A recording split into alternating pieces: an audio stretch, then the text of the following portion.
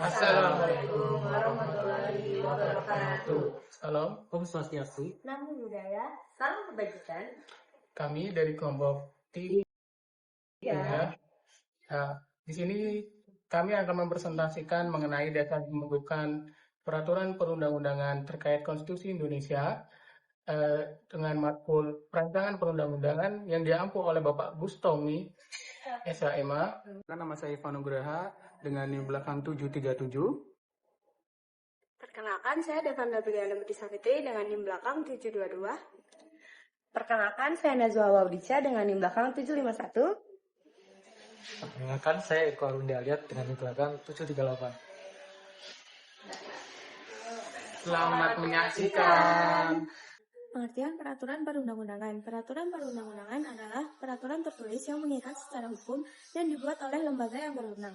Fungsi utama PUU adalah untuk mengatur kehidupan berbangsa dan bernegara berdasarkan konstitusi.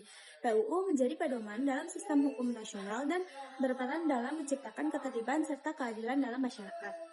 Menurut Undang-Undang Nomor 12 Tahun 2011 tentang pembentukan peraturan perundang-undangan, PUU didefinisikan sebagai peraturan tertulis yang memuat norma hukum yang mengikat secara umum dan dibentuk untuk ditetapkan oleh lembaga negara atau pejabat yang berwenang melalui prosedur yang telah ditetapkan dalam peraturan perundang-undangan. Fungsi PUU sendiri ada 6. Yang pertama, memberikan kepastian hukum. Yang kedua, menjaga ketertiban dan keadilan. Yang ketiga, sebagai pedoman dalam kehidupan bernegara. Yang keempat, melindungi hak dan kebebasan warga negara. Yang kelima, mendukung pembangunan nasional. Yang keenam, mencegah dan menyelesaikan sengketa. Asal hukumnya sendiri ada Undang-Undang Dasar Negara Republik Indonesia tahun 1945.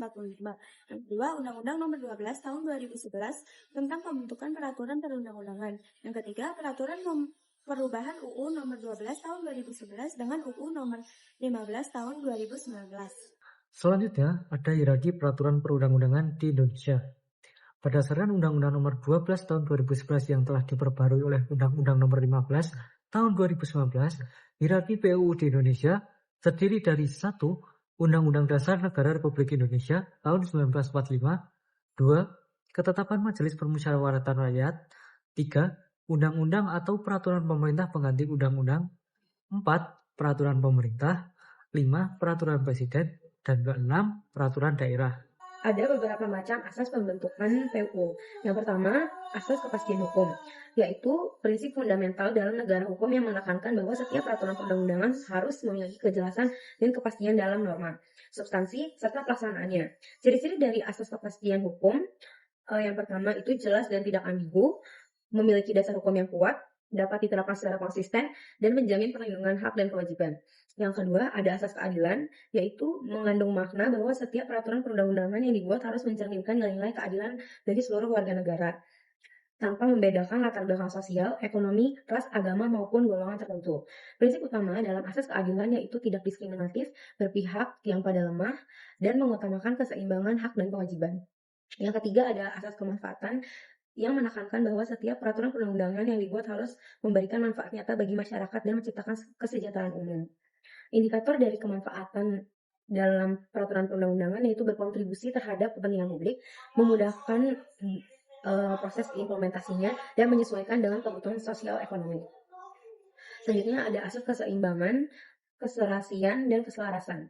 Dalam asas keseimbangan, keserasian, dan keselarasan ini menekankan bahwa setiap peraturan yang dibuat harus harmonis dengan peraturan yang lebih tinggi, tidak bertentangan dengan konstitusi, serta sejalan dengan nilai-nilai yang berlaku dalam masyarakat.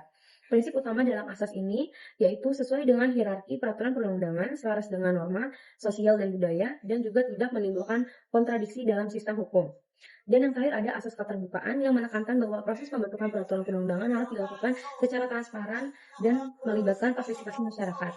Prinsip keterbukaan dalam peraturan perundang-undangan yaitu partisipasi publik, transparansi dalam penyusunan, dan aksesnya informasi hukum yang mudah.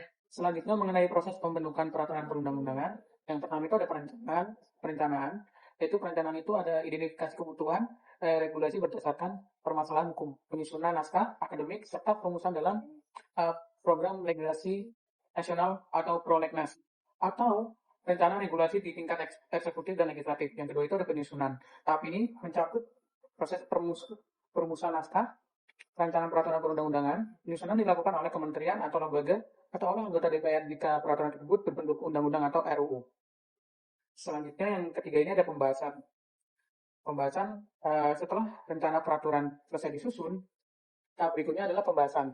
Jika peraturan tersebut berbentuk undang-undang, pembahasannya dilakukan antara DPR dan pemerintah.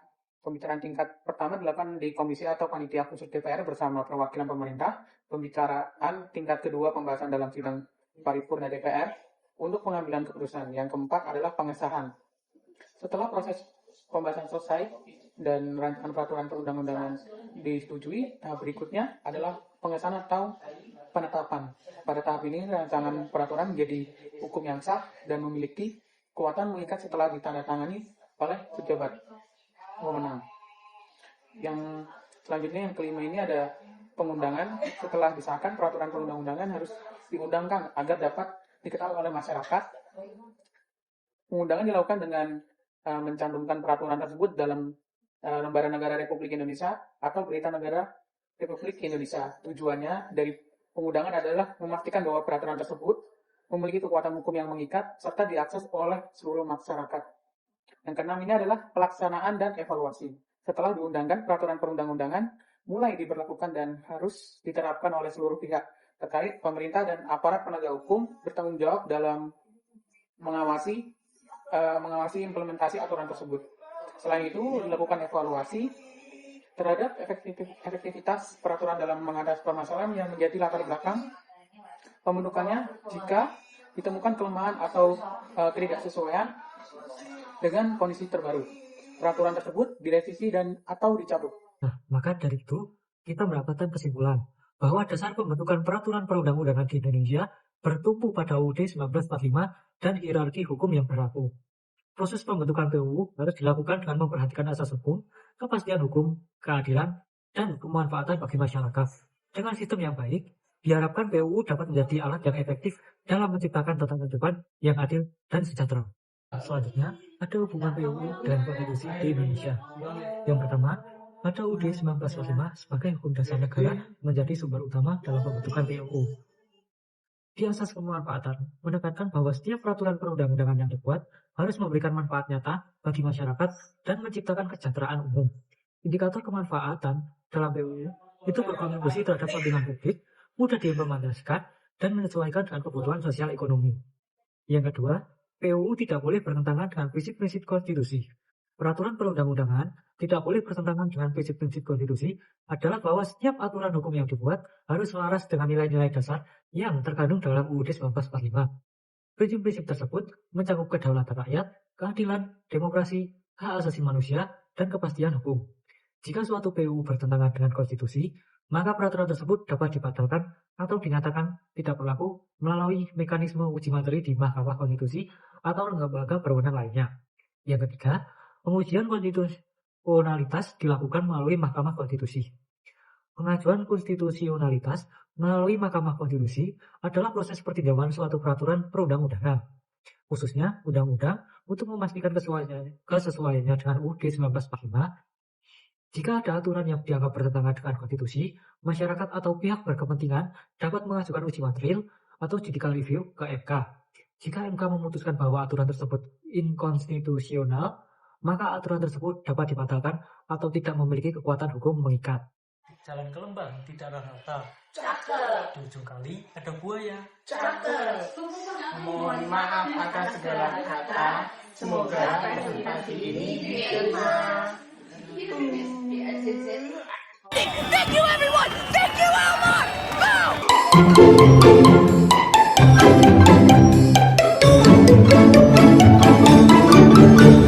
A few moments later. Ayo, hitung. Assalamualaikum. Saya Eriko Arwinda Aliat.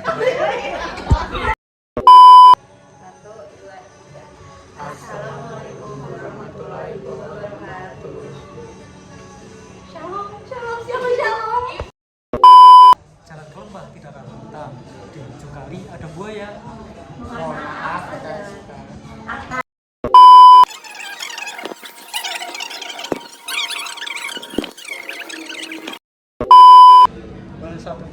satu, punya lu kurang satu. Mending nih belakang gitu aja lah. Udah selesai. Tinggal diedit guys. Ini diedit dan 2 video.